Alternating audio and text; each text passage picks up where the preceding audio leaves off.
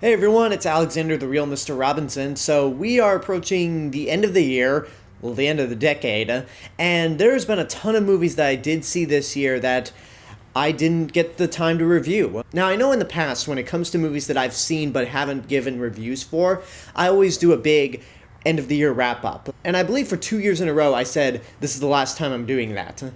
God, I'm turning into Michael Bay with Transformers movies. So yeah, in one way, shape, or form, I'm not gonna stop doing these videos, no matter how many times I say this will be the last one. But with this year, I just don't have the time to review every single movie that I watched but didn't review, because I'm already focused on so many other different videos, including my best and worst of 2019 and the entire decade. So with this instance, I'm only gonna pick 4 movies to review. There's been a handful of movies that I want to talk about, but I just don't have the time to give individual reviews for. Some of these reviews are coming in pretty late, others are coming in just as the movie is about to get a theatrical release, whether it's limited or wide. So yeah, let's just hop into it. The first movie I'm going to talk about is Ford vs. Ferrari, which is the latest movie from James Mangold, who directed Copland, 3:10 to Yuma, and one of my favorite movies of the decade, Logan. And this movie follows Matt Damon, who plays Carroll Shelby, and Christian Bale, who plays Ken Miles, as they try to build a Ford car with enough horsepower to try to defeat the Ferrari in the 1966 24 Hours of Le Mans racing competition. And this is a movie I was looking forward to because it's James Mangold, and you've got 2 fantastic actors like Matt Damon and Christian Bale. But unfortunately, I was really busy the week this movie came out, so I just didn't have the time until very recently. And while it might not be in my best of the year list, there's no denying that this is a damn good movie. James Mangold makes this movie incredibly entertaining. The race scenes are very intense, almost on the level of the best racing scenes in the Fast and the Furious, except this movie is of higher quality than the Fast and Furious movies. And your 2 actors are fantastic. Christian Bale is always incredible. He gives a really great performance. And it's also pretty rare to see him in a movie nowadays where he can use his natural British accent. And he manages to be really funny. And then Matt Damon is spectacular as well. Next to The Martian, this is probably his best performance of the decade. And the big themes of the movie come from the friendship that these 2 guys have and the endurance to pretty much say, screw you to big corporations. Because a lot of this movie does focus on the Ford company basically trying to screw these 2 guys over, when these 2 guys know that corporate interference is not going to do good by anyone. And it might be a little too on the nose, and this movie might run for a little too long with a few pacing issues, but there's no denying that this is incredibly well made. And it's one of those sports movies like Rocky where it's really not about the sport, it's about the characters and their dynamic. So I'd say this is worth seeing in your lifetime. Again, it might not make my best of the year list, but who knows. The next movie I'm going to talk about is going to make my best of the year list, and that's Just Mercy.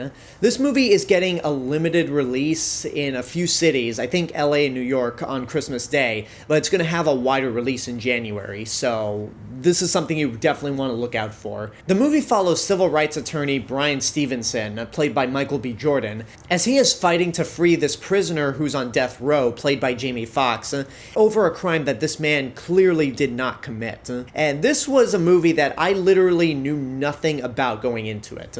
I don't think I've ever seen any images for it, I've never seen a trailer for it, so I was not expecting for this movie to really punch me in the gut the way it did. Next to Black Panther and Creed, this is probably Michael B. Jordan's best performance, and he really continues to show everyone that he's a true up-and-coming actor.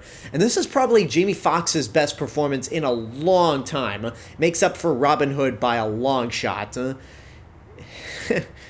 I still laugh every time I think about Jamie Foxx in that movie, because he is so bad it's hilarious. But he's excellent here, and I think he should definitely get a nomination for Best Supporting Actor. It's very well paced, very well acted, has some very emotionally gut-wrenching scenes that makes me shocked that this kind of stuff is still going on. And while this movie certainly takes place from the late 80s to the early 90s, it is still as relevant today as it was back then. If I had any issues with this movie, it comes down to 2. One, it's Brie Larson. She's not bad in this movie at all. The problem is that she doesn't ultimately have a lot to do. Her character is not critically important to the film's plot, but with the little bit that she has, Brie Larson manages to give a good performance, all things considered. And also, this is just more of a personal thing. It's a movie that I really have no desire to rewatch again. Like, I love it, but there's a lot in this movie that you have to take in, especially with one particular scene. And if you see the movie, you know exactly what that scene is, but it's very difficult to watch. But like I said earlier, it's one of my favorite movies of the year, and when this movie comes out, it is easily worth seeing in your lifetime. Even if it's just the one time, this is something that you have to see because it's one of the best movies of the year. Next up is another movie that's going to make my best of list, Waves. Now that I'm in an official critics guild, this movie's gotten a lot of talk within my organization, and I was really late on seeing the movie compared to everyone else, and I'm upset that I was late to it. The movie is kind of split into two halves. The main focus is about this very wealthy, middle-class African-American family living in Miami, and the first half deals with their son and the complications that he has with his dad and just his personal life altogether. And that first half, it really was kind of difficult to watch, but not like with Just Mercy, where I'm like, this is incredible, but I never want to watch it again. It's in the way of, I am not liking this movie at all. The son is played by Kelvin Harrison Jr., who is fantastic in this role. Between this movie and another movie that I really liked, Loose, he is really up and coming. And while he gives a fantastic performance in this movie, his character is just really an unlikable person when you get right down to it. Throughout the movie, you can see why he's going through the struggles that he's going through, but at the end of the day, he does something so heinous that you kind of hate this guy. And there were points where I thought the movie was asking us to feel sympathy for him, and I'm like, no, I got no sympathy for this guy. But then comes the second half of the movie that focuses on the daughter and what she's going through after this horrible event that happens in the first act. And it's in this second half where I turned around to really loving the movie. When I reviewed A Beautiful Day in the Neighborhood, I said that that movie did not do a good job of covering the themes of letting go of hate and learning to forgive someone else.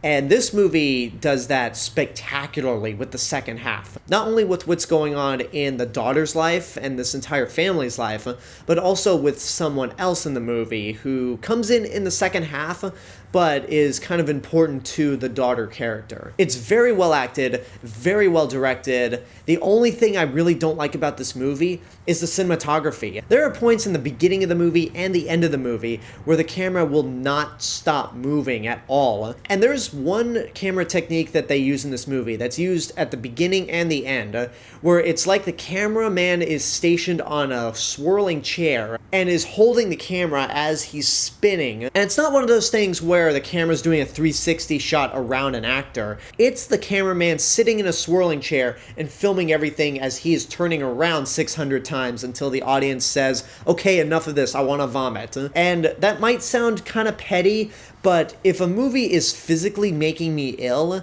that's not really a good thing, and there's only so much I could say about that. But cinematography aside, this is a fantastic movie that, like with Just Mercy, is a movie you never want to watch again, but still, it's a damn good one, worth seeing in your lifetime. And then the last movie I'm going to talk about is honestly one that I didn't like, and I hate to end on a negative note, but the movie I'm talking about is Bombshell. This movie is pretty much about the Fox News scandals when Roger Ailes was charged with sexual assault from people like Megyn Kelly and Gretchen Carlson. And I'm just going to start with the good right now. The makeup job in this movie with Charlize Theron as Megyn Kelly is incredible. It really is like you blended these two together, because there were some points where I looked at this movie and went, yeah, I can see that that's Charlize Theron, but then there are other points where I'm like, wait, is that Megyn Kelly? Like, the makeup job is so seamless on Charlize Theron, and even with Nicole Kidman as Gretchen Carlson and John Lithgow as Roger Ailes, the makeup job's pretty incredible. But the makeup on Charlize Theron is the best of the movie, and all the performances are pretty good as well. Charlize Theron is incredible as Megyn Kelly, to the point where you even kind of find sympathy for Megyn Kelly, which in itself is a true accomplishment because I hate Fox News, and I hate all the anchors that have been associated with that network, but this movie managed to make me feel some sympathy for her, I guess. I mean, there's a certain extent where I'm just like, yeah, this is kind of forceful. Nicole Kidman is good as well, but she has one note throughout the entire movie, and she's the main driving force. John Lithgow is great as Roger Ailes, and even though he doesn't transform into Roger Ailes the way Charlize Theron transformed into Megyn Kelly, he does a good job of really being an asshole. And then you also have Margot Robbie in this movie as a completely original character. And she's good in the movie as well, but there's not really a whole lot to her character, because the main focus really is on Charlize Theron, who is the one that commands the screen every time she's on. But outside of the makeup and the performances, I don't think it's strongly directed. It's kind of on the nose with its Me Too message. And look, I know that's an important issue going on right now, but this movie doesn't understand the meaning of subtlety. And there are a few points where this movie just grabs a sledgehammer and just pounds that message in your head. And then I also thought the score was atrocious. Out of my 6.5 years of reviewing movies on YouTube, I always like to talk about the score in a film. This is the first movie I've reviewed on this channel where I listened to a film score and was actively irritated by it. Because going back to this movie not being subtle, the whole score has this chorus of women just singing. And when I saw this movie, there was a Q&A with Charlize Theron, Jay Roach, some of the other crew members, including the composer. And when asked about the score, the composer said, well, you know what? This movie is about the Me Too movement and women standing up against those who sexually assault them. So I thought it would be a clever idea to put a chorus of women within the score. And I'm just sitting there going like, if this doesn't prove the movie's not subtle about its message, then I don't know what is. But it's not a bad movie, all things considered. It's just okay. The performances and the makeup job keep it from being bad, but really, this is not one that I highly recommend.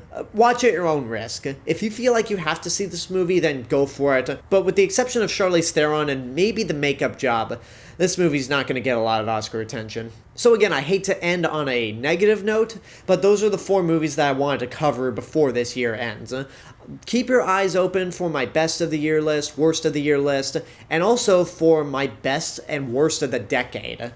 Those are 2 videos that are going to be a lot of fun. I don't know exactly when they're coming out, but they will be out within January after I cover the best and worst of 2019. But now I want to know what you guys think about the movie. If you've seen it, what did you think? And for the movies that haven't come out yet on this video, which ones are you looking forward to? Whatever the case may be, let me know in the comments below. And until next time, I hope you enjoyed this review. Don't forget to subscribe to the channel, give this video a like, leave a comment, support my Patreon page, follow me on social media, and until then, this is the real Mr. Robinson telling you there's only one.